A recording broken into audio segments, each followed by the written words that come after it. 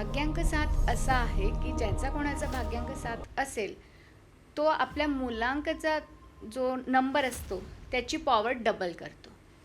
Okay. आणि ज्याच्यासोबत हा जुळेल, जसं फॉर एक्झाम्पल माझा भाग्यांक 7 असेल आणि मी तुमच्यासोबत आले आहे काम करायला किंवा मी तुमची पार्टनर आहे एखाद्यामध्ये, तर तुम्हाला तुमचं लक एन्हान्स होऊन जाईल, तुमचं लक वाढेल.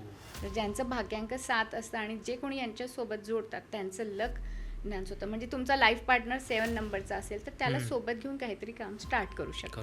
भाग्यांक ज्यांचा 7. भाग्यांक ज्यांचं 7 आहे. हां. आणि भाग्यांक 8 यांची ना ऑलवेज एक कंप्लेंट असते की मला कोणी हेल्पच करत नाही. आणि यांनी एक लक्षात ठेवायचं की यांना कोणीही हेल्प करणार नाही. बरं. यांनी कोणावरही डिपेंडंट राहू नये. यांना यांचं काम स्वतःच करावं लागेल. ते कितीही करोडपती फॅमिलीमध्ये असू द्या, कुठेही असू द्या. भाग्यांक 8 वाल्यांनी हे लक्षात ठेवायला पाहिजे. यांना माहिती आहे यांना कोणीही हेल्प करणार नाहीये. स्टील ते बघतात की मला कोणीतरी हेल्प करेल. डिपेंडंट बनतात, पण ते बनू नका.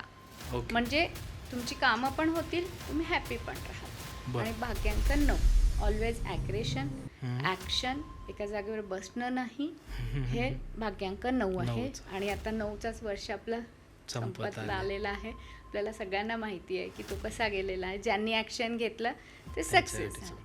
तर हा असा भाग्यांक आहे. आता याप्रमाणे जर तुम्ही वर्कआउट केलं आहे, तुम्ही याप्रमाणे काम करायला सुरुवात केली, तुम्हाला कळलं की मी कसा आहे, त्याप्रमाणे जर तुम्ही तुमचा व्यवहार ठेवला तर ऑब्व्हियसली तुम्हाला सक्सेस पण मिळेल, जे पाहिजे ते मिळेल.